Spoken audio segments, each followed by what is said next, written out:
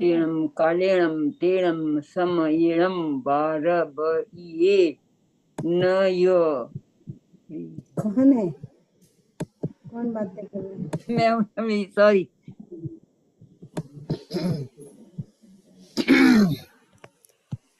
शुरू करते हैं।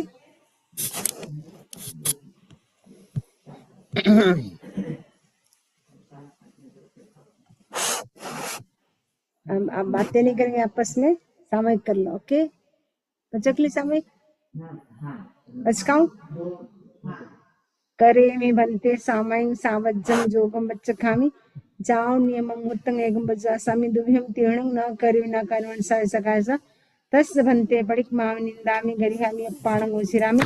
एक मुहूर्त तक 2 कर्म तीन योग से सावध योग सेवन करने का त्याग है।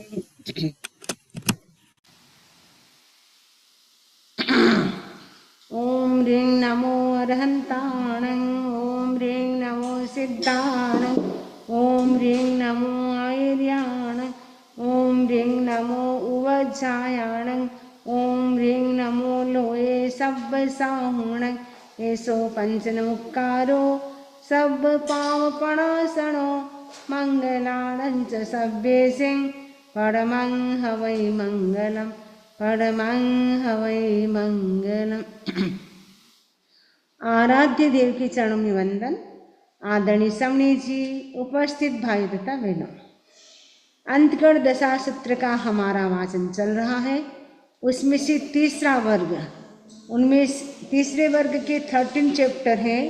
उनमें से फर्स्ट चैप्टर से लेकर के 6th चैप्टर तक जो अनियस कुमार का था, अनियस कुमार ने जैसे 20 साल तक संयम का पालन किया, वैसे ही शेष जो 5 राजकुमार थे उन्होंने भी अनियस कुमार के जैसे ही संयम का पालन किया और उन्होंने भी शत्रुंजय पर्वत पे वो भी सभी मोक्ष को प्राप्त होते हैं। और उन्होंने भी 32 आगम और जो 14 पूर्व का जो अध्ययन होता है वो सभी ने किया और सभी अंत में सिद्ध हुए शत्रुंजय पर्वत पे। और 7वां चैप्टर है सारण। तेणम कालेणम तेणम समयेणम बार वहिये नैर्य जहाँ पढ़ में नवरम वसुदेवे राया। तेणम कालेणम तेणम समय, उस काल और उस समय में, यानी अवसर पीढ़ी का 4th एरा, उस समय जिस समय नेमिनाथ भगवान यानी अरिष्ट नेमी भगवान विहार कर रहे थे। वो नगरी कौन सी थी? द्वारिका नगरी थी। और कौन थे राजा? वासुदेव राजा, वसुदेव राया यानी वासुदेव, कृष्णा वासुदेव थे। वसुदेव राय यानी वासुदेव राजा थे। धारिणी देवी, और देवी का नाम था धारिणी थी। वसुदेव राजा, वासुदेव नहीं वसुदेव राजा, कृष्ण जी नहीं, वसुदेव उनके पिता, कृष्ण जी के पिता वसुदेव। और धारिणी, धारिणी क्या थी? देवी थी। अच्छा, सिंहो सुमिणे, सिंहो का मतलब है सिंह का, सुमिणे ने स्वप्न देखा। भावित आत्मा अणगार होते हैं, उनकी माता एक स्वप्न देखती, जो 14 शुभ स्वप्न हैं। ऐसे तो 72 स्वप्न माने जाते हैं, उनमें से 30 महास्वप्न माने जाते हैं। उनमें से 14 स्वप्न चक्रवर्ती की माता देखती है और 14 स्वप्न तीर्थंकर की माता देखती है और 7 स्वप्ने जो वासुदेव होते हैं उनकी माता देखती है और 4 सपने बलदेव की माता देखती है और 1 सपना भावित आत्मा अणगार की माँ देखती है। तो ये भावित आत्मा अणगार है क्योंकि अंतिम शरीर ही है, इसी जन्म में मोक्ष जाने वाले हैं सारण कुमार। उनकी माँ ने भी, सारण कुमार जब गर्भ में आए, उनकी माँ ने भी सपना देखा। कौन सा देखा? शेर का, लायन का सपना देखा। और शेष सारी बातें हैं पहले जैसी, अनिश कुमार जैसे हैं। इन्होंने भी, इनकी शादी तो 50 प्रकार, हाँ 50 कन्याओं के साथ हो गई और 50 प्रकार की, यानी 50 प्रकार की उनको भी आइटम मिलती हैं दहेज में। और उन्होंने भी भगवान अरिष्टनेमि की एक देशना सुनी। एक देशना सुनती उनको वैराग्य हो गया, दीक्षा ली। दीक्षा लेने के बाद 11 अंग होते हैं और 14 पूर्व का अध्ययन, 14 पूर्व उनका नॉलेज किया और संयम पर्यायन का भी 20 वर्ष 20 ईयर। शेष सब वर्णन कैसा है? गौतम कुमार के जैसा। फर्स्ट वर्ग में था ना गौतम कुमार, शेष वैसे ही इनकी भी। सारण सारण सारण। अब अष्टमम अध्ययनम अष्टमध्यम, 8वां अध्ययन है, इसका नाम है गज। गज यानी इसमें गजस्सु कुमार का वर्णन आएगा। गजस्सु कुमार नाम सुना ना? तो गजस्सु कुमार का वर्णन आएगा इसमें। गज मीन्स हाथी, तो गजस्सु कुमार हाथी कैसा सुकोमल होता है ना हाथी, तो वैसे हाथी की जीभ होती है बहुत कोमल होती है, वैसे वो कोमल थे, इसलिए इनका नाम रख दिया गजस्सु कुमार। सुकुमाल है ना कोमल, गज यानी हाथी, हाथी जैसे कोमल थे। जैनम भन्ते समणेनम भगवया महावीरेणम अठमस् अंगस तत्स वग्गस सप्तमस् अजैनस् अयमठे पनत्ते अठमस्णम बनते अजैनस् अंतगढ़ के अट्ठे पनत्ते। जैनम बनते, जम्बू कुमार पूछ रहे आर्य सुधर्मा स्वामी से, यदि भगवान ने यानी श्रमण भगवान महावीर स्वामी ने अंतगढ़ दशा का जो 8वां अंग है उसका 3रा वर्ग है, उसका जो 7वां अध्ययन है, इनका ये अर्थ बताया है, तो 8वें चैप्टर का क्या उन्होंने मीनिंग बताया है, ये पूछ रहे हैं। कौन? जम्बू कुमार पूछ रहे हैं। तो आर्य सुधर्मा स्वामी कहते हैं, एवं खलु जम्बू तेणम कालेणम तेणम समएणम बारवये नैर्ये जहाँ पढ़ में जाव अरहा अरिठ नेमी समोसले।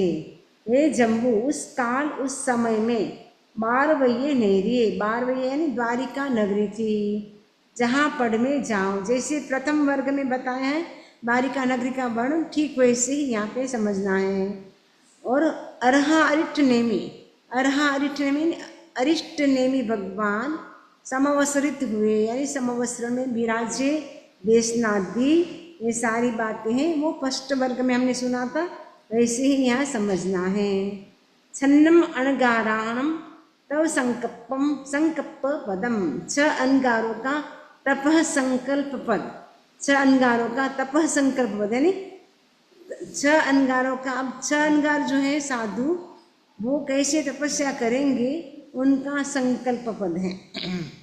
तेणम कारेणम तेणम समएणम अरहो अरिष्ट नेमिस अंतेवासी 6 अनगारा भाइयों सहोदरा होता सरिसया सरितया सरिवया निरुपल गवल गुलिये ऐसी कुसुम कासा श्रीवत्संकीय बच्चा कुसुम कुंडल बद्दलया नल कुबर समाना। उस काल और उस समय अरिष्ट नेमी, अरहो यानी अरहत, अरिष्ट नेमी से अरिष्ट नेमी इनके अंत्यवासी शिष्य, 6 अणगारा, 6 अणगार यानी 6 मोंग, भाईरो मन 6 रियल भाई थे, ओथा मने थे, सरिसया सरितया, वो कैसे थे? वो एकदम एक जैसे, उनका कलर, बॉडी, हाइट एक जैसे देखने में, कुछ भी फर्क नहीं, डिट्टो बोलते हैं डिट्टो, तो वैसे 6 के 6 भाई थे, एकदम डिट्टो थे। और उनके वक्षस्थल जो था वहाँ पे श्रीवत्सव अंकित था, वे कुसुम कुंडल से शोभित और नल कुबेर जैसे लगते थे। नल कुबेर देव होते वो कितने सुंदर होते, वैसे भी ये सब के 6 भाई थे, एकदम हैंडसम थे, बहुत सुंदर थे, ब्यूटी थी बहुत ज़्यादा। तैनम ते 6 अणगारा जम चेव देश मुंडा भविता अगाराव अणगारिम पब्बैया।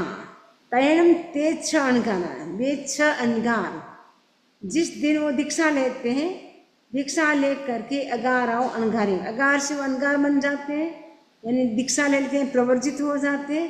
तम चेव देश, उसी दिन वो क्या करते हैं, अरहम अरिष्ट नेमी बंदंती नमनसंती, अरहत अरिष्ट नेमी को क्या करते हैं, बंदंती वंदन करते हैं, नमनसंती नमस्कार करते हैं, वंदिता वंदन करके, नमनसिता नमस्कार करके। एवं वयासी इस प्रकार कहा, इच्छामो इच्छामो वयम इच्छामो, हमारी इच्छा है, णम बनते हे बनते तुभ्यम अभुन्नुया समाना जावत जीवाय, छठम छठ्ठेणम अनिकित्येणम तवो कम्मेणम संजमेणम तव सापान भावे माणा भी विहरितये। तुभ्यम आपकी क्या चाहिए, अबुन्नुनाया परमिशन चाहिए, क्योंकि कोई भी साधु काम करते हैं तो तीर्थंकर की परमिशन, तीर्थंकर के प्रेजेंस में तीर्थंकर की परमिशन लेते हैं। तीर्थंकर नहीं होते तो गुरु की परमिशन लेते हैं, गुरु भी नहीं होते तो जो बड़े होते हैं उनकी परमिशन लेते हैं। लेकिन बिना परमिशन कोई भी काम इस जिन शासन में नहीं हो सकता है। तो ये 6 भाई दीक्षा ले लेते हैं, दीक्षा लेते ही भगवान को वंदन नमस्कार करते हैं, वंदन नमस्कार करके निवेदन करते हैं कि बनते आपकी अगर परमिशन हो तो हमें क्या करना है, छठम छठ्ठेणम। छठम छठ्ठेणम का मतलब बेले बेले पारना, 2 उपवास फिर पारना, 2 उपवास फिर पारना। उसको गुजराती में छठ बोलते और हिंदी में बोलते बेला, बेले बेले पारना यानी छठ छठ, नहीं 2 उपवास फिर पारना। ऐसे हम करना चाहते, कब तक, लाइफ लॉन्ग। कितने वो राजकुमार होते, इतने सुकुमार होते हैं और इतनी कन्याओं के साथ भोग भोगते हैं, इतना सुखमय जीवन होता है। दीक्षा लेते कैसे एक का एक उनका संकल्प जागृत होता है। बनते हम तो लाइफ लॉन्ग के लिए क्या करना चाहते हैं, बेले बेले तप करना चाहते हैं, यानी 2 दिन उपवास करेंगे फिर पारणा करेंगे, फिर 2 दिन उपवास करेंगे फिर पारणा करेंगे, ऐसे कंटिन्यू। ऐसा नहीं कि 1 महीने के लिए, लाइफ लॉन्ग के लिए हम ऐसा करना चाहते हैं। तो भगवान क्या बोलते हैं, आहा सुहम देवाणु प्रिया माँ परिबंधम करे है। ये देवाणु प्रिय, आपको जैसे अच्छा लगे वैसा करो, लेकिन शुभ काम में डिले मत करो। यदि कोई अच्छा काम करना है, धार्मिक काम करना है, उसमें डिले करना चाहिए कि नहीं करना चाहिए, उसमें डिले नहीं करना चाहिए। पाप का काम आए, आपको विचारना है अभी मुझे मार्केट जाना है सब्जी लेने के लिए, तो आज निकल चली जाऊंगी, उसमें चलेगा। लेकिन आपके मन में आ गया कि मुझे कल पोषद करना है, तो पोषद कर लो, विलम्ब मत करो, डिले मत करो। तो भगवान कहते हैं आहा सुहम, जहाँ सुम यानी जैसा आपको अच्छा लगे, सुख उपजे वैसा करो, लेकिन धार्मिक काम में डिले मत करो, विलम्ब मत करो। तैणम ते 6 अणगारा अरहया अरिट नेमिणा अबुन्नुया समाना जावत जीवाय छठम छठ्ठेणम अणिकित्येणम तव कम्येणम संजमेणम तव सापाणम भावमाणा विदंती। तैणम ते 6 अणगारा, वे 6 अणगार अरत अरिष्ट नेमी से अबुन्नु यानी परमिशन ले करके समाना जावत जीवाए, एक जैसे थे उन्होंने, जावत जीवाए यानी लाइफ लॉन्ग के लिए छठम छठ्ठेणम, छठ के पाने छठ, बेले के पाने बेला, 2 उपवास फिर पारणम, 2 उपवास फिर पारणा, ऐसे अनिक्षिप्तेणम, अनिक्षिप्तेणम बिना रुके कंटिन्यू। तवो कम्यणम, तवो यानी तप कर्म के द्वारा, संजमण यानी संयम के द्वारा, तवसा यानी तप के द्वारा, अपान अपने आप को, भावे माणा विहरती भावित करते हुए विचरण कर रहे हैं, विहार कर रहे हैं। साधु तो विहार करते हैं ना, एक गांव से दूसरे गांव, दूसरे गांव से तीसरे गांव, एक गांव में वो विराज नहीं सकते हैं। कितने एक एक्सेप्शन है चातुर्मास, चातुर्मास में 4 मंथ कंटिन्यू विराज सकते हैं।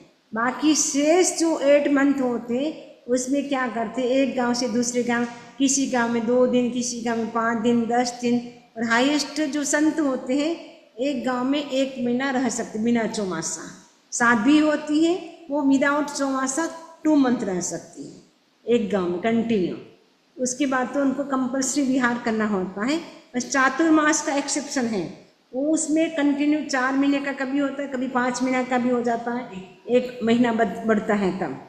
तो ये अब क्या करें, संयम और तप के द्वारा तप भी करें, साथ साथ में संयम भी करें। संयम का मतलब वो साथ साथ में स्वाध्याय भी करते हैं, मेडिटेशन भी करते हैं, जप भी करते हैं।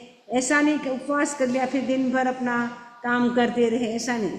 उपवास के साथ हमें क्या करना चाहिए, साथ साथ में मंत्र की साधना, साथ साथ में मेडिटेशन, स्वाध्याय करते हैं, तब उपवास का बेनिफिट होता है।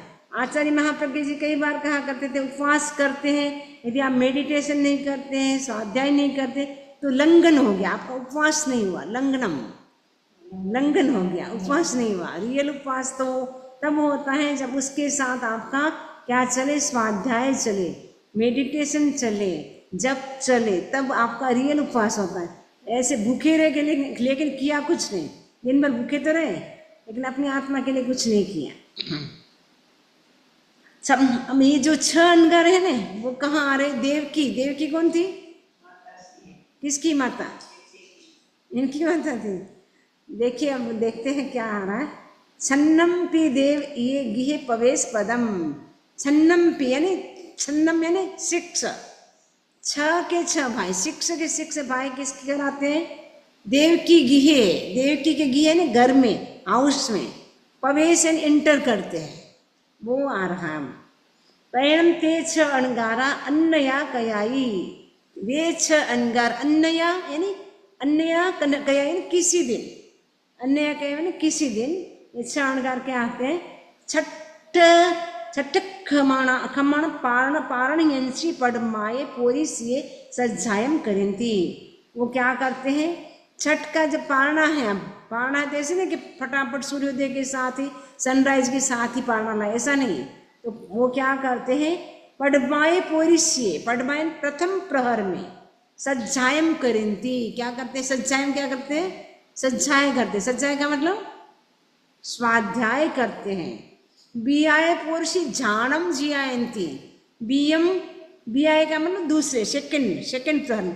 फर्स्ट प्रहर में तो वो क्या करते हैं? फर्स्ट प्रहर में सज्जायम यानी स्वाध्याय।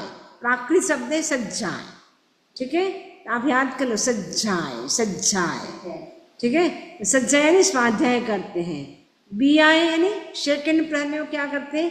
झाणम का मतलब मेडिटेशन, ध्यान का प्राकृत में बन जाता है झाणम, ठीक है। झाणम जियायंती ने ध्यान धरते हैं। तैयाय पोरिष्ये अतुर्य मचवल म संबंता। तीसरे प्रहर में वो क्या करते हैं? मतलब बिल्कुल भी उनके भीतर अतुर्य मतलब जल्दी नहीं है। ऐसे नहीं कि इतना लेट हो गया है, फटाफट जाऊं, फटाफट गोचरी लेके आऊं, फटाफट पालना करूं, बेले का पालना, ऐसा नहीं। अतुर्य, आराम से, धीरे धीरे। और अचपल मतलब बिल्कुल भी संचलता नहीं, असंभ्रांत, कोई आकुलता व्याकुलता नहीं। वो और क्या करते हैं? मुंह पोत्यम पड़ी लेहंती। मुंह पोत्यम जो मुखवस्त्र होता है ना, उसका क्या करते हैं? प्रतिलेखन करते हैं। और परिलेखन करके भायवत्थाएं, जो उनके पास पात्र होते हैं उनका भी क्या करते हैं? मस्त्र होते हैं, पात्र होते हैं, उनका भी क्या करते हैं? परिलेहंती, प्रतिलेखन करते हैं। परिलेहिता भायम पमचंदी, प्रतिलेखन करके पात्र का प्रमार्जन करते हैं। पमज्जिता, प्रमार्जन करके भायणाम उद्गाहंती, जो पात्र है उसको क्या करते हैं? उनको भी वो खोलते हैं और ग्रहण करते हैं। उद्गाहन में ग्रहण करते हैं। ग्रहण करके पहले तो उन्होंने क्या किया? प्रथम जब फर्स्ट प्रहर था उसमें क्या किया उन्होंने? फर्स्ट प्रहर में सज्जाय स्वाध्याय किया। सेकंड प्रहर में क्या किया? ध्यान किया। और थर्ड प्रहर आया तब सबसे पहले उन्होंने क्या? अपनी मुखपति थी उसका प्रमार्जन किया, पात्रे थे उनका प्रमार्जन यानी प्रतिलेखन किया। प्रतिलेखन का मतलब देखना, आंखों से देखना, ऐसे खोल खोल के कहीं जीव तो नहीं है।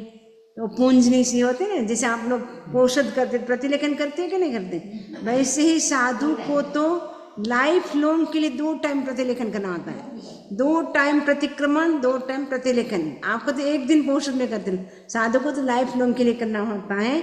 तो तीसरे प्रहर में जो उनके पास कपड़े थे, पात्रे थे, मुंहपत्ती थी, उन सब का वो क्या करते हैं? प्रतिलेखन करते हैं। और प्रतिलेखन करके अब क्या करते हैं? जहाँ अरिष्टनेमी भगवान थे वहाँ आते हैं। कहाँ आते हैं? अरिष्टनेमी भगवान के पास आते हैं।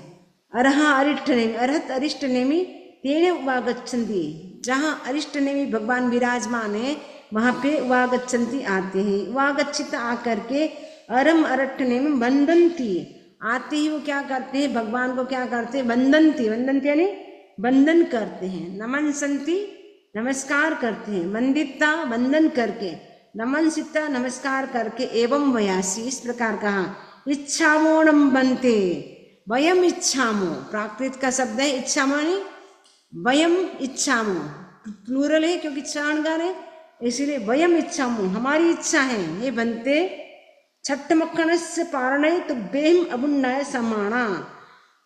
हमारे आज छठ का पारणा है, बेले 2 उपवास का पारणा है, तो हम तुभ्येम आपकी अगर परमिशन है तो हमें क्या है, तिहिम संघाड़ एहिम 12 वये नैरिये उच्च नीय मज्जिमायम कूलायम घर समुदाय से भिखाइर्य अड़तिये।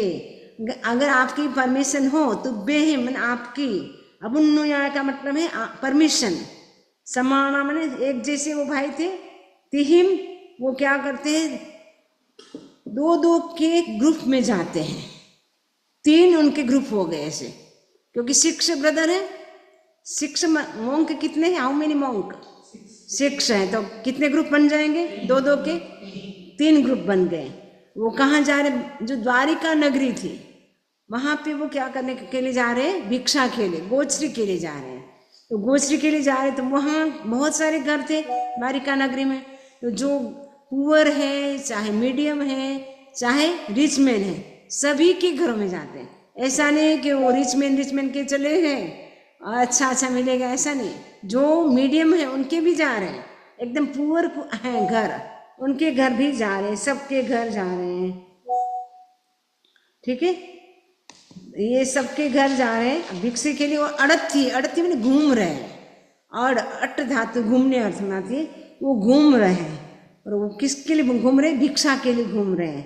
अब घूमते घूमते क्या होता है, तैणम ते अणगारा अरह अरिट नेमिना अबुन्नय समाना अरम अरठ नेम बंदंती नमन संति वंदिता नमन जित्ता अरहो अरिट नेमिस अंत्याओ सह संभवनाओ पड़ी निक्खमंती पड़ी निक्खमित्ता तिम संगाड़ेम अतुर्य। वापस वही रिपीट हो रहा है, मतलब भगवान अरिष्ट नेमि से वो परमिशन ले करके अब वो जा रहे हैं रास्ते में, तो चल रहे तो कैसे चल रहे हैं, ईर्या समिति के साथ चल रहे हैं, क्योंकि साधु का नियम होता है उनको चलना होता है देख करके चलना होता है। वो युग प्रमाण भूमि यानी अपना बॉडी का जितना है ना वहाँ तक वो देखते हुए चलते हैं, वो युग प्रमाण भूमि उसको बोलते हैं, वो नीचे देखते हुए चलते हैं। और ऐसे ईर्या का वो एक देखते देखते वो चल रहे हैं द्वारिका नगरी में, वो एक घर से दूसरे घर से तीसरे घर ऐसे जा रहे हैं। तो चलते चलते वो अब किसका घर आएगा, देवकी का घर आएगा, तो देवकी का घर आएगा तब उसके घर में प्रवेश करे। तत्क्षणम एके संघाड़े 12 वये नैरे उच्चनीय मज्जिमायम कुलाम घर समुदानस भिखाइर्याय अड़माणे वसुदेवस रन्नो देवीये ये अनुपविठे। कितने ग्रुप थे, हाउ मेनी ग्रुप, 3 थे। उसमें से फर्स्ट ग्रुप कहाँ जाते, देवकी के घर में क्या करते, एंटर करते, प्रवेश करते हैं। तो देवकी के घर एंटर करते हैं, तब देवकी क्या करेगी, आपके घर कोई मोंक आ जाए तो आप क्या करेंगे, आप खाली पधारो इतने बोलेंगे, सामने जाएंगे, राइट, मेनका जी बोले सामने जाएंगे। अपना क्या होना चाहिए, कोई साधु संत आपको पता चल गया साधु संत आ रहे, स्वामी जी आ रहे, तो आपको पता दूर से देख लिया तो आपको तुरंत नीचे उतर करके सामने जाना चाहिए, 7-8 कदम सामने जा और उनको लेकर के आए, वंदन करे, उतरते ही उनको पहले वंदन करे। तो देवकी भी बहुत विवेक संपन्न थी, तो देवकी को देखा दूर से कि हमारे घर साधु पधारे हैं। तो साधु अगर घर में आते हैं तो अहोभाग्य होता है, हर किसी के घर में नहीं आते, भाग्यशाली होते, उनके घर में साधु संतों के चरण टिकते हैं, बाकी तो बेचारे तरसते रहते हैं। एक बार आकाश और धरती के बीच में वार्तालाप हो रहा था, मतलब वार्तालाप बोलते ना, क्या बोलते हैं, संवाद, बातचीत कर रहे थे आपस में। तो बातचीत करते करते आकाश की आंखों में आंसू आ जाते हैं। तो धरती माँ बोलती कि आप रो क्यों रहे हैं, आपकी तो क्या कमी, आपके आकाश में तो इतने चांद सूरज कितने सितारे चमकते हैं, आपकी क्या कमी, आप क्यों रो रहे हैं। आकाश ने कहा सब चीज है, लेकिन मेरे आकाश में आज तक किसी साधु के चरण नहीं टिके, कि तुम कितने भाग्यशाली हो, तुम्हारी धरती पे तो एनी टाइम साधु चल आते रहते हैं, तो कितनी भाग्यशाली है। इसलिए मैं आज मुझे अफसोस हो रहा है कि मैं सब कुछ होते हुए मुझे लगता है कुछ नहीं है। तो साधु संत पधारते हैं, कहा जाता है जिस गांव में साधु संत पधारते उस गांव का भाग्य जाग जाता है, उस गांव का क्या जाग जाता है, भाग्य जाग जाता है। जिस घर में एक रात भी संत रुकते हैं उसके घर का अहोभाग्य होता है, जिसके घर का अहोभाग्य होता है उनके घर में साधु संत आते हैं, हर किसी के घर में नहीं आते हैं। तो वो देव की रानी खुश होती है कि आज तो मेरा अहोभाग्य है कि मेरे को आज सुपात्र दान देने का अवसर मिलेगा। साधु को देना वो सुपात्र दान होता है। और वो कौन सा व्रत हो जाएगा आपका सुपात्र दान? कौन सा व्रत हो जाएगा आपका? कितने व्रत होते हैं टोटल? हाउ मेनी वोस? 12 व्रत होते हैं। हाँ, सुनील जी का आंसर आ गया। सुनील जी 12 व्रत होते हैं, राइट। तो 12 व्रत होते हैं, उनमें से ये जो लास्ट व्रत का नाम है अतिथि संविभाग। यथा संविभाग भी बोलते हैं, अतिथि संविभाग। अतिथि, साधु के आने की कोई तिथि फिक्स नहीं होती। जैसे मेहमान होता है अचानक आ जाता है, वैसे साधु भी अतिथि इसीलिए कहा गया अतिथि, न तिथि। कोई तिथि फिक्स नहीं है उनकी, कभी भी किसी भी टाइम वो आ सकते हैं।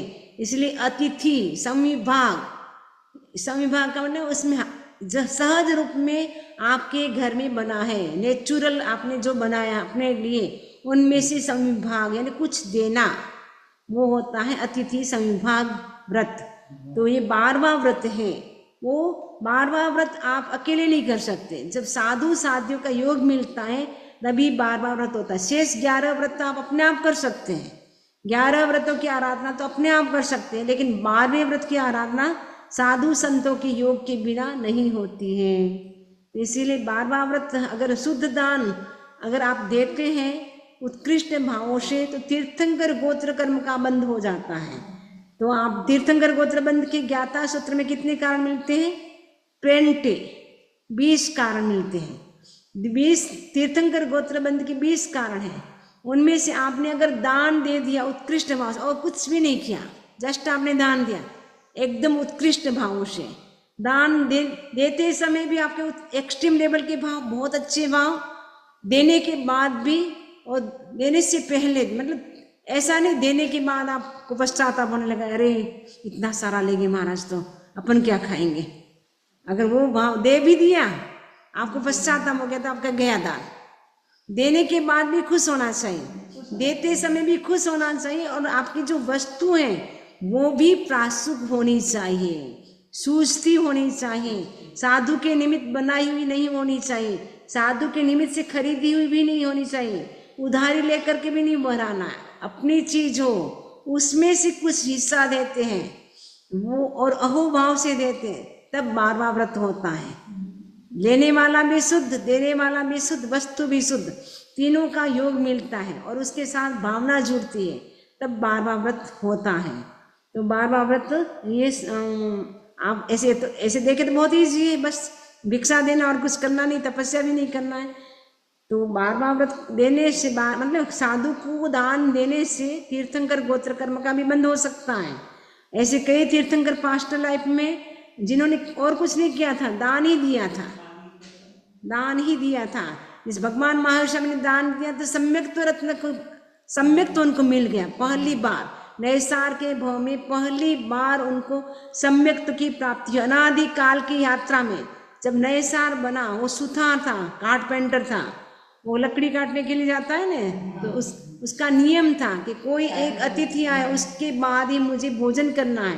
तो जंगल में तो कौन मिले, लेकिन नियम का पक्का था। ऊपर खड़ा होकर के देखता है, ट्री के ऊपर चढ़ता है, देखता है दूर से कि कोई मुनि आ रहे हैं, तो वो नीचे उतर करके जाता है, लेके आता है। और मुनि बोलते हैं हम तो रास्ता भटक गए हैं, इसलिए हम इधर उधर घूम रहे हैं। तो आप पहले अतिथि समय मतलब आप कुछ आहार पानी लें, उसके बाद आप आगे जाएं। तो नैसार इतना उत्कृष्ट भाव से दान देता है उस समय, और साधु उनको फिर समझाते हैं कि तुम तो हमको गांव का रास्ता दिखा रहे, लेकिन हम तुमको मोक्ष का मार्ग दिखा रहे हैं। उस समय सम्यक तो पहली बार नैसार को आया, उसके बाद भी कई भाव करने पड़े, लेकिन सम्यक तो रत्न प्राप्त होने के बाद मोक्ष का रिजर्वेशन पक्का हो जाता है। सुबह बताया था ना, सम्यक तो चाहिए मोक्ष का रिजर्वेशन के लिए। तो 12वां व्रत दान देने से, साधु को दान देने से हमारा तीर्थंकर गोत्र का भी बंध हो सकता है, सम्यक्त्व की भी प्राप्ति हो सकती है। इसलिए दान देते समय कभी देने के बाद अफसोस नहीं होना चाहिए। जैसे सालीभद्र ने दान दिया था, तो दान के प्रभाव से कितनी रिद्धि सिद्धि मिली। सालीभद्र एकदम पुअर था, लेकिन कुछ भी नहीं किया उसने, वो जानता भी नहीं था कुछ करना, गोवाला था, गोपाल है ना, मिल्कमैन था, तो बच्चा ही था, कोई बड़ा भी नहीं था। तो वो खीर का दान दिया। खीर वो उसके लिए बनी थी, संगम के लिए, तो वो दास लेके बैठा था, उतने में तो मुनिराज आते, मांस खमण के पालने वाले, और मांस खमण के पालने वाले आते हैं, भिक्षा लाभ ऐसे बोलते ना, धर्म लाभ करते आए। तो संगम सोचता है कि मेरी मम्मी ने बनाई है, आधी में खाऊंगा तो एक लकीर कर लेता है, आधी में देता हूँ। तो ऐसी भावना आगे पूरी उलेट दी ने, पूरी दे दी। फिर भी पश्चाताप नहीं हुआ, बच्चा था, अरे मैंने पूरी दे दी, आधी मैं खाता, मेरे लिए बनाई है मम्मी ने, ऐसा कोई पश्चाताप नहीं हुआ, अफसोस नहीं हुआ। और वो जो बच्चे उतना चाट लिया, और माँ को लगता कि इतना मेरा बेटा रोज कितना भूखा रहा था, इतनी सारी खीर मैंने दी, फिर भी वो भूखा है, अभी तक चाट रहा है। माँ की नजर लग गई, और उसी समय पेट में स्टमक पेन हुआ और मृत्यु हो जाती। मर करके क्या बन गया, शालिभद्र, केवल दान दिया और कुछ भी नहीं किया। और जो क्या नाम, मम्मल सेठ ने दान दिया, लेकिन उनको अफसोस हुआ, इसलिए दान दिया तो उनको रिद्धि तो मिली बहुत सारे, अफसोस होने से वो उसका भोग नहीं कर सके, और उसमें इतने अटैच हो गए कि मर करके कहाँ गए, 7वीं नरक में गए। और शालिभद्र कहाँ गया, सर्वार्थ सिद्ध विमान में गया। एक भोग के बाद मोक्ष जाने वाला है, एक भोग के बाद थोड़ा सा मोह रह गया उनका। परिवार वाले आते हैं जब अनशन कर लेते संथारा, तो देखने के लिए आते हैं, तो परिवार वाले बोलते हम आ गए हैं, देखो बेटा एक बार तो देखो, तो आँख ऐसे करके देख लिया। जो धन्नाणगार थे उनके जीजा जी, उन्होंने आँख उठा के नहीं देखा, तो वो उनका मोक्ष हो गया। शालिभद्र का एक भोग बढ़ गया। इतना सा मोह करने से भी इतना हो जाता है। अपन तो कितना करते हैं मोह परिवार के प्रति। तो ठीक है, तो ये मैं आपको बता रही थी, प्रसंग बस बता दिया कि दान की कितनी महिमा है। तब देवकी रानी क्या है, आती है, 7-8 कदम क्या करती है, वो सामने आती है, और आकर के वो क्या करती है, साधु संत पधारते तो हमें क्या करना चाहिए, आते ही उनको तिक्कुत्तों के पाठ से क्या करना चाहिए, बंधन करना चाहिए। तिक्कुत्ता का जो पाठ करते वो कैसे करना चाहिए, राइट से लेफ्ट की ओर, ऐसे करना चाहिए, राइट से लेफ्ट की ओर। कई लोग उल्टे करते थे, राइट से लेफ्ट की ओर, क्योंकि अपन जो भी करते ना, आपने देखा आरती करते हैं तो कैसे करते हैं, राइट से लेफ्ट की ओर करते हैं। सूर्य की जो गति होती है, जो सन होता है ना, वो घूमता है, वो भी राइट से लेफ्ट की ओर घूमता है। ये जो घड़ी का कांटा है ना, वो भी देखो राइट से लेफ्ट की ओर घूम रहा है, घड़ी का कांटा भी राइट से लेफ्ट की ओर घूमता है। और हमारा जो राइट साइड का पोर्शन होता है ना, वो बोलते हैं कि स्ट्रोंग होता है। अपन देखें ना, हाथ में भी देखेंगे ना, तो राइट हाथ थोड़ा इसकी अपेक्षा थोड़ा मोटा होता है। आपने कभी देखा, राइट हाथ थोड़ा मोटा होता है, राइट साइड का हमारा जो होता है ना पोर्शन, वो स्ट्रोंग होता है। इसलिए राइट से लेफ्ट की ओर वंदन करने की विधि है। ये देवकी भी क्या करती है, राइट से लेफ्ट की ओर प्रदक्षिणा करती है, नमस्कार करती है। और जहाँ उनका भोजन गृह था, यानी किचन था, आज तो किचन बोलते नहीं, उस समय भोजन गृह बोलते थे, तो जहाँ किचन था वहाँ आती है। वहाँ पे उनके घर में उस दिन लड्डू बने हुए थे, मोदक होते ना, मोदक यानी लड्डू बने हुए थे, केसरिया मोदक, वो भी केसर डाल के बनाते हो, केसरिया मोदक होता है ना उस समय, केसरी आज बनाते हैं आप लोग, केसरिया मोदक बनाते हैं, ओके। तो केसरिया मोदक बनाए हुए थे, उनके घर में थे, सहज, ऐसे नहीं कि उनके निमित्त बनाया, उनको पता भी नहीं था। तो केसरिया मोदक बनाओ, तो उससे वो क्या करती, थाल जो था ना, थाली, उस समय थाल बोलते थे, थाल को पूरा भरती, एकदम लड्डू से सजा लिया, और वंदन करके उनको क्या करती है, भावना भाती है कि ये हमारे घर में क्या है, लड्डू है, वो सूझता है। तो वो ले करके वो लड्डू ले लिए और चले गए। फिर उसके बाद क्या होता है, घूमते घूमते घूमते दूसरा ग्रुप भी आ जाता है, फिर दूसरे ग्रुप को भी वही लड्डू दिए, फिर तीसरा ग्रुप भी आ गया, तो तीसरे ग्रुप को भी वो लड्डू दिए।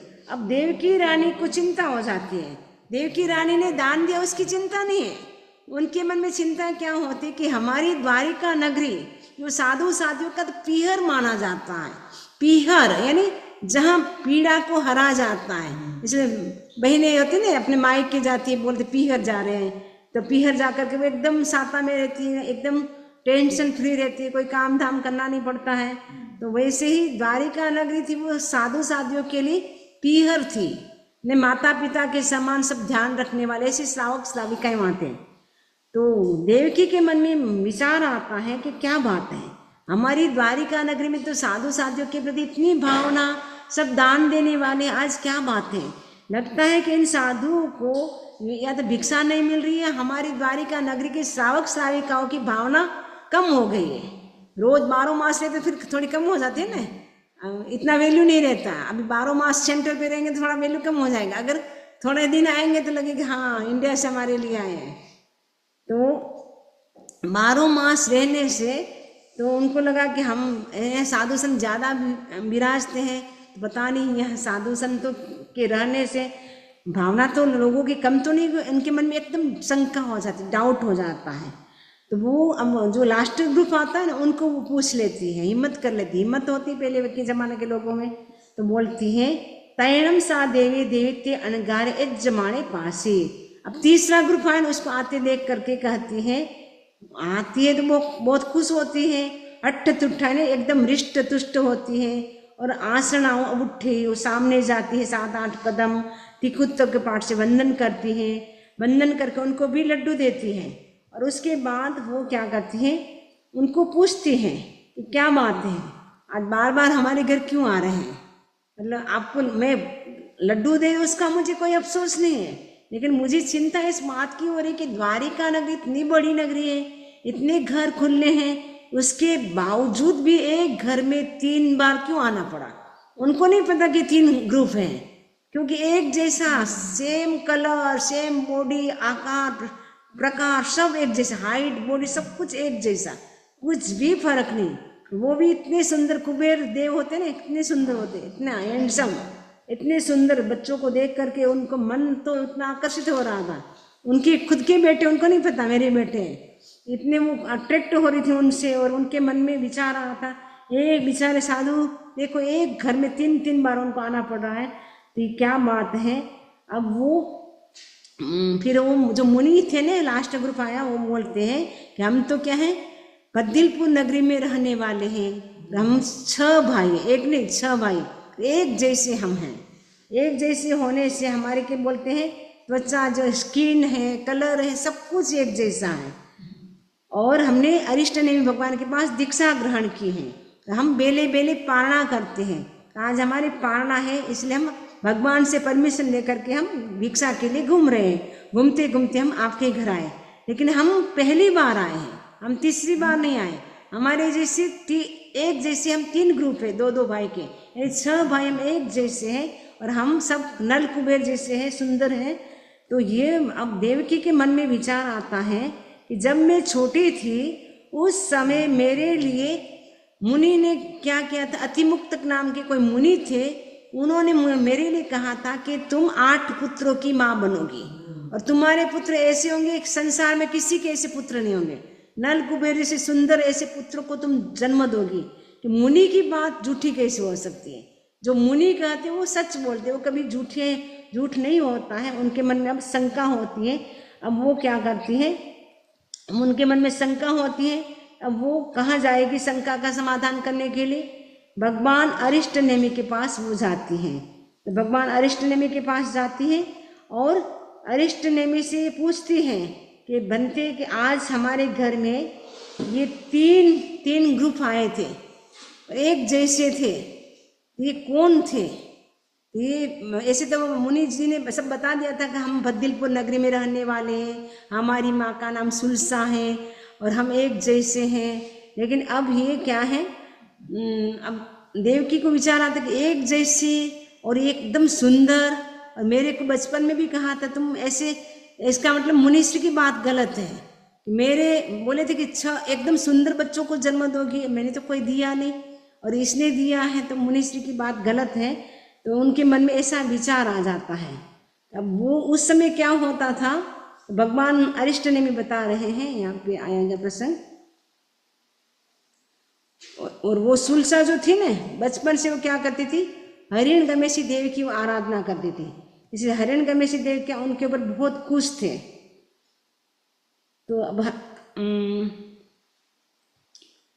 ये जो इसमें आया है कि पोलासपुर नगर में कुमार श्रवण अतिमुक्तक ने बचपन में मुझको कहा था, यावत तुम अपने निर्गमन करके मेरे पास शीघ्र आओ। और देखिए क्या है, अच्छा, तो वो बचपन में मुझे अतिमुक्तक मुनि ने कहा था तुम्हारे 8 पुत्र होंगे।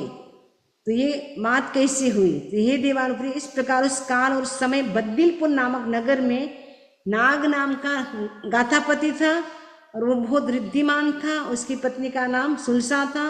और वो बचपन में वो क्या थी, जो बचपन में वो जो उसके जो बच्चे होते थे ना, वो सब मरे हुए होते थे। लेकिन बचपन में उसने हिरण्यगमेशी देव की आराधना की थी। हिरण्यगमेशी देव उसके ऊपर बहुत प्रसन्न होता है। जब प्रसन्न होता है तो सुलसा क्या करती है, हिरण्यगमेशी देव की आराधना करती है। उसी समय सेम टाइम देवकी भी प्रेग्नेंट होती थी और वो भी प्रेग्नेंट होती थी। उसी दिन उनका भी बच्चे का जन्म होता था, उनका भी होता था। जो मरा हुआ बच्चा था वो देवकी के पास लाते थे। हिरण्यगमेशी देव देवकी का जो बच्चा था वो कहाँ रख देते थे, सुलसा के पास। ये एक्चुअल में बच्चे जो 6 हैं वो किसके हैं, देवकी के हैं। तो ये देवकी के जो बच्चे थे तो वो ये सुलसा के पास रहे। तो सुलसा के घर में ही बड़े पले पुसे। उस समय सुलसा गृह स्वामिनी की भक्ति बहुमान और शुश्रूषा से हिरण्यगमेशी देव आराधित हो गया। और हिरण्यगमेशी देव ने अनुकंपा के लिए क्या किया, सुलसा गृह की जो जब ऋतुकाल होता था, मैंने प्रेग्नेंट होती थी, उसी समय वो भी देवकी रानी भी होती थी। तो उसके पुत्र को वो मृत होते तो वो क्या करते, उसके चेंज कर लेते थे हिरण्यगमेशी देव। हिरण्यगमेशी देव क्या करते थे, देवकी के बच्चे थे वो सुलसा के पास रख देते, सुलसा के बच्चे देवकी के पास रख देते थे। तो देवकी को तो यही था कि मैंने तो सब मरे हुए बच्चे को जन्म दिया, मैंने तो कोई बच्चे को, जिंदे बच्चे को तो केवल कृष्ण जी को ही देखा मैंने, तो वो भी मेरे पास नहीं रहा, वो भी कहाँ रहा, वहाँ भी वो भी कहाँ बड़े हुए, वो भी जेल में बड़े हुए नहीं, कहाँ पे, मथुरा में। जेल में तो बड़े ना, जेल में जन्मे ना।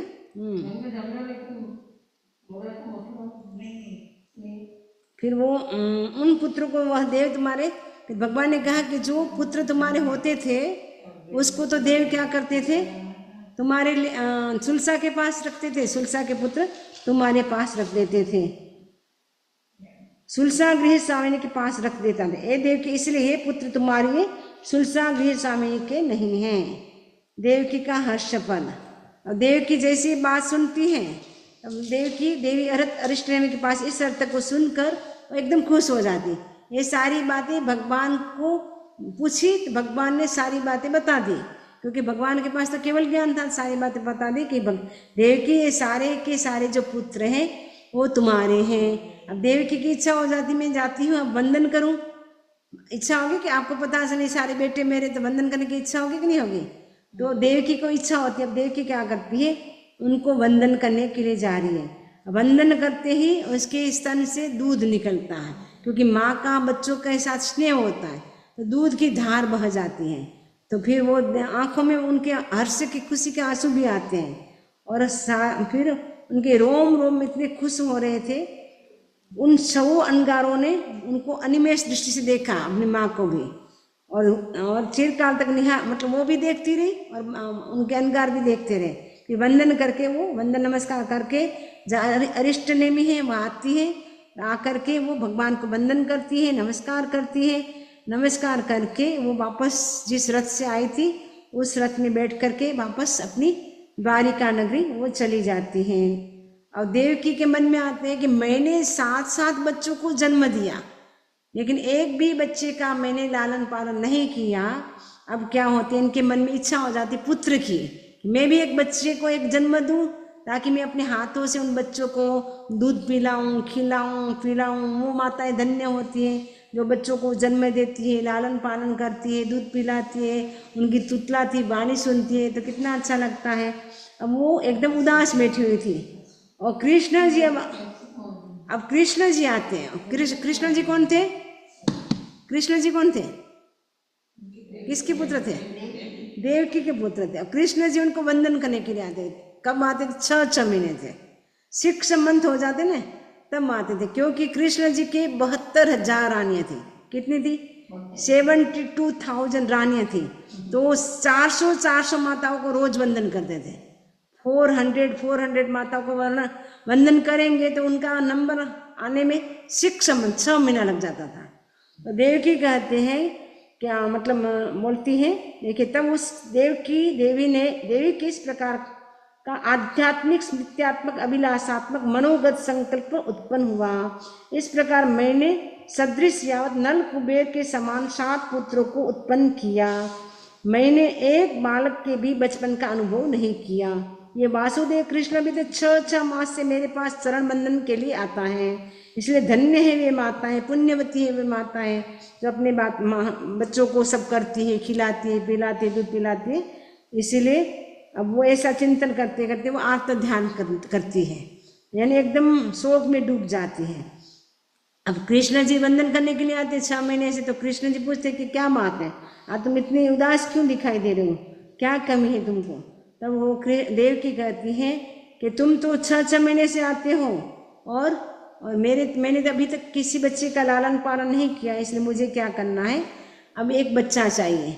देवकी का जो चिंता थी ना, तो वो चिंता दूर करने के लिए कृष्ण जी क्या करते हैं, देवता की आराधना करते हैं, देव की आराधना करते हैं। देव की आराधना करने से देव एकदम प्रसन्न हो। देवता की आराधना करने के लिए पौषदशाला में पौषद करते हैं, 3 दिन का उपवास करते हैं। 3 दिन का उपवास करके देव था वो एकदम खुश होता है, हिरण्यकशिपु देव है, एकदम खुश हो जाता है। और वो उनको कहते हैं आपको एक भाई होगा, लेकिन वो बचपन में ही वो क्या है, घर में नहीं रहेगा, वो दीक्षा ले लेगा। तो कुछ भी हो, एक बार बच्चा तो मेरे भाई तो होगा, तो हाँ भाई होगा, तुम्हारे छोटा भाई होगा। वह बचपन बीतने पर विज्ञ और कला का पारगामी बन यौवन को प्राप्त हो, अरिष्ट नेमी के पास मुंड होकर अगार से अनगार बन जाएगा। भाई तो होगा छोटा, लेकिन वो थोड़ा बड़ा होगा, यंग होने लगेगा, यंग होगा तब, यानी 16 साल के आसपास यंग मानते हैं उस समय। तो उस समय क्या होगा, भगवान अरिष्ट नेमी की वो देशना सुनेंगे, फिर सुन करके उनको क्या हो जाएगा, वैराग्य हो जाएगा, फिर वो दीक्षा ले लेगा। ऐसा करके हिरण्यकशिपु देव चला जाता है। अब कृष्ण जी आते किसके पास, देवकी के पास आते हैं। देवकी से आश्वासन देते हैं कि माँ आपको बेटा होगा, मेरा भाई होगा। देवकी बहुत खुश होती है और 9 महीने के बाद उनको भी, जब गर्भवती होती है तब उनको भी शेर का सपना आता, लायन का सपना आता है, और सपना देख करके जाग जाती है, धर्म ध्यान करती है। और बाद में 9 महीने के बाद, लगभग 9 महीना ऊपर कुछ हो जाता है, तब बच्चे को जन्म देती है। बालक का नाम किया गया गजस्सु कुमार। गजस्सु कुमार इसीलिए रखा गया क्योंकि बहुत कोमल था। हाथी का तालू होता है ना, हाथी का तालू एकदम पेलेट जो होता है, हाथी का जो पेलेट होता है, एलिफेंट होता है, उसका पेलेट होता है ना, अपने पेलेट बहुत कोमल होता है, वैसे वो कोमल था, इसलिए नाम रखा गया गजस्सु कुमार। और वो भी मेघ कुमार, जैसे ज्ञाता सूत्र में आता मेघ कुमार की, जैसे मेघ कुमार कैसे था, कैसे दीक्षा ग्रहण की भगवान महावीर स्वामी के पास, वैसे ही ये भी अरिष्ट नेमी के पास दीक्षा ग्रहण करता है। दीक्षा ग्रहण करके गजस्सु कुमार क्या करेंगे, अब गजस्सु कुमार थे वो, उनकी अभी शादी नहीं हुई थी, लेकिन एक जो सोमिल ब्राह्मण था उस गांव में, सोमिल नाम का जो ब्राह्मण था वो बहुत रिद्धि संपन्न था। तो रिद्धि संपन्न था, उसकी पुत्री थी एक, उसकी पत्नी का नाम था सोमश्री, और उसकी वो सोमश्री थी बहुत ही, वो भी कोमल थी। उसकी एक बेटी थी, एक सोमा थी, सोमा लड़की थी। तो लड़की भी बहुत ही सुंदर थी, एकदम ब्यूटी थी, एकदम सुंदर थी, बहुत सुंदर थी। उस बच्ची, वो अरिष्ट नेमी है, सॉरी कृष्ण जी है, गजस्सु कुमार को लेकर के वो भगवान अरिष्ट नेमी का प्रवचन सुनने के लिए, देशना सुनने के लिए जा रहे हैं। और इधर वो कृष्ण जी की दृष्टि पड़ती है, वो सोमा जो थी लड़की सोमिल ब्राह्मण की, वो छत के ऊपर, टेरिस के ऊपर, वो जो गोल्ड का गेंद होता है ना, दड़ा, सोने का दड़ा, उससे वो गेंद, सोने का गेंद होता है ना, गेंद बोलते हैं दड़ा, वो उससे खेल रही थी, बॉल, हाँ गोल्ड के बॉल से वो खेल रही थी। तो कृष्ण जी की दृष्टि की कितनी सुंदर है, तो मेरे गजस्सु कुमार को काम आएगी। तो उसको पिताजी को बुला करके बोलते हैं कि ये इस लड़की को हमारे अंतपुर में रखे, जब बड़ी हो जाएगी तो हमारे गजस्सु कुमार के साथ इसके हम शादी कर देंगे। तो सोचे राजा के घर हमारी बेटी जाए, हम तो ब्राह्मण हैं, राजा के घर जाए, इतना भाग्य हमारा कहाँ। तो सोमा उसके घर रहती है, गजस्सु कुमार के साथ खेलती है, सब कुछ करती है। लेकिन इधर अरिष्ट नेमी की देशना सुनने के लिए गजस्सु कुमार भी कृष्ण जी के साथ जाते हैं। जैसे ही देशना सुनी, एक देशना सुनते उनके तो वैराग्य हो गया। वैराग्य होते माता पिता की परमिशन लेकर के वो दीक्षा ग्रहण करते हैं। दीक्षा ग्रहण करके अरिष्ट नेमि से अब गजेश्वर कुमार निवेदन करते हैं। इतने छोटे थे, एक बार देशना सुनते ही निवेदन करते हैं। माता पिता बहुत मना करते हैं, क्योंकि देवकी को तो मुश्किल से तो 8वां बच्चा अपने हाथ से लालन पालन किया।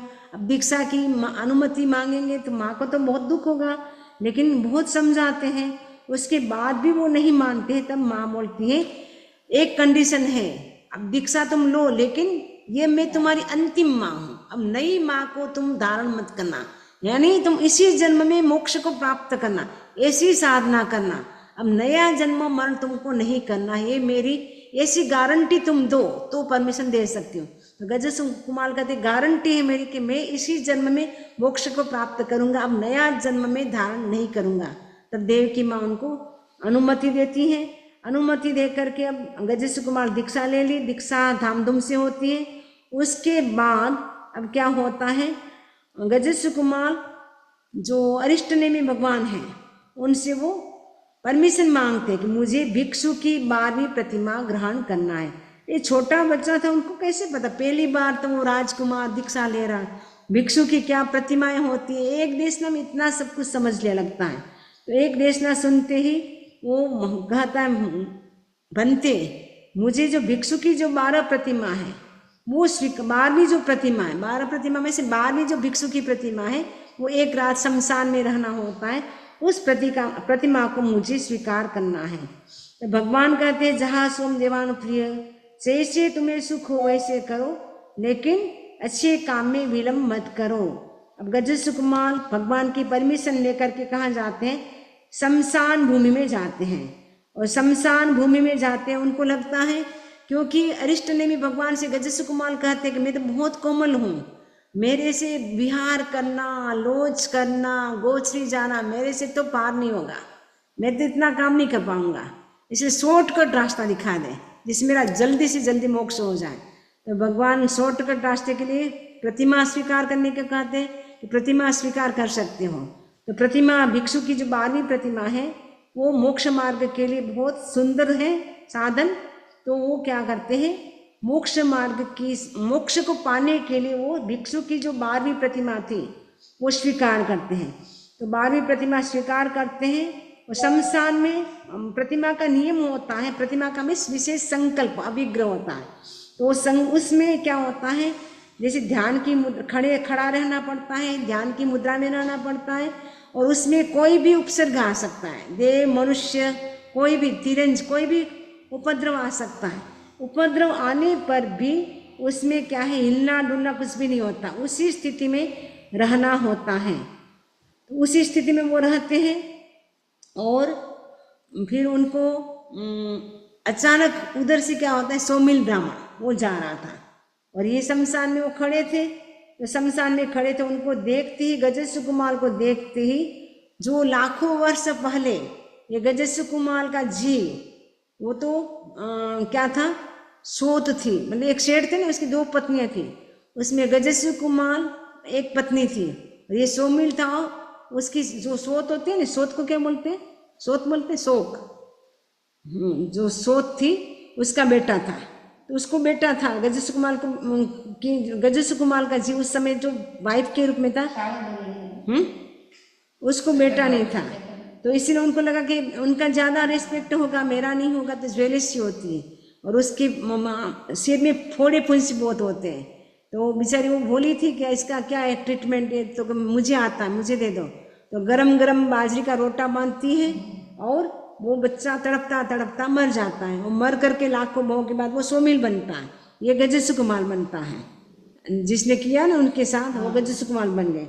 तो सिर के ऊपर वेदना देंगे तो उनको भी सिर में ही वेदना आई। तो सौमिल ब्राह्मण क्या करते हैं, भयंकर वो क्या करता है, उपसर्ग देता है, यानी वहाँ पास में शमशान था और सौ भी मतलब तालाब भी था, तालाब से मिट्टी लाई, मिट्टी की पाल बांधी और जो सौ थे उसके अंगारे थे वो सिर के ऊपर रख देते हैं, धक धक से खीर डाल करके वो तो भाग जाता। फिर डर लगा के तो कृष्ण जी के भाई है, कृष्ण जी के मुझे पकड़ ना लें, तो वो तो भाग गए।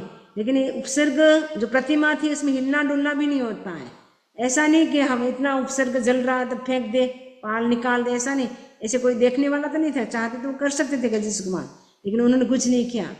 उस समय भी वो एकदम समता से वो उस वेदना को सहन करते। उस समय वो क्या सुनते हैं, क्या चिंतन करते हैं, ज्यादा ज्यादा वेदना तो नरकों में सही, एक ना अनेक ना अनंत बार ही, त्राहि त्राहि की पुकार जीवड़ा मत विसरे, धन्य गज सुकुमार मुनि ध्यान धरे, ध्यान धरे अग सान हरे, धन्य गज सुकुमार मुनि ध्यान धरे। ये तो कुछ भी नहीं है वेदना। इससे तो मैंने वेदना कहाँ भोगी, नरक में भोगी है, निगोद में भोगी है। ऐसा चिंतन करे, आत्मा भिन्न है, शरीर भिन्न है। ये जो कुछ भी पेन हो रहा है वो किसको हो रहा है, बॉडी को हो रहा है, मेरी आत्मा को कुछ भी नहीं हो रहा है। ऐसा भेद विज्ञान करते करते ऐसे भावों की श्रेणी बढ़ती है, शुक्ल ध्यान आता है, केवल ज्ञान की प्राप्ति हो जाती है और सिद्धि हो जाती है, मोक्ष हो जाता है। और फिर कृष्ण जी आते हैं वंदन करने के लिए। तो कृष्ण जी पूछे कि मेरा भाई कहाँ है, मुझे वंदन करना। उसकी साता तो है, मन तो लग गया दीक्षा में। भगवान बोले मोक्ष में विराज है। मोक्ष में ऐसा क्या हो गया अचानक मेरे भाई को? कौन ऐसा पापी मारने वाला मेरे भाई को? अभी बताओ मेरे को, तुरंत उसको मैं फांसी की सजा देता हूँ।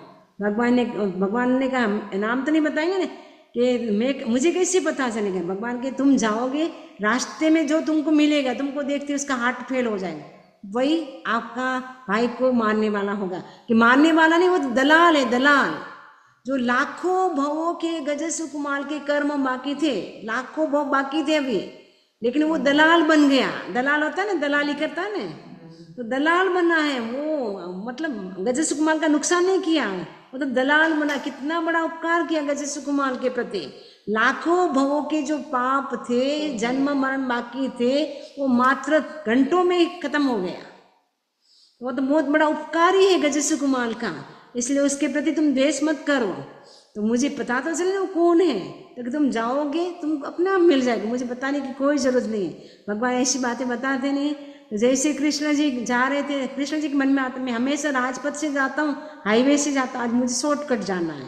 तो वो सोमिल भी डरता डरता वो हाईवे से नहीं जाता, वो भी शॉर्टकट से जाता है। जैसे कृष्ण जी को देखा, देखते ही हार्ट फेल हो गया, वहीं गिर गया, वहीं मृत्यु हो गई। देखा यही हत्यारा है। फिर उसको घसीट करके पूरे गांव में घुमाते, भाई का मुनि का हत्यारा है, मुनि को मारा है, मुनि को मारा है, सब धिक्कारते थुतकारते हैं। और सोमिल तो मरकर के नरक में जाता है और गजस्व कुमार ने अपना काम सिद्ध कर लिया। तो इस प्रकार यह गजस्व कुमार का चैप्टर हमारा कंप्लीट हो जाता है। ओम अरहम ओम अरहम। ठीक है, तो ये तीसरा वर्ग हमारा, तीसरे वर्ग का जो गजस्व कुमार का ही मेन है इसमें चैप्टर। ऐसे तो बहुत बड़ा है, अगर एक एक करे तो बहुत टाइम लग सकता था, लेकिन मैंने आपको संक्षेप में बताया है। ओके, ओम अरहम ओम अरहम।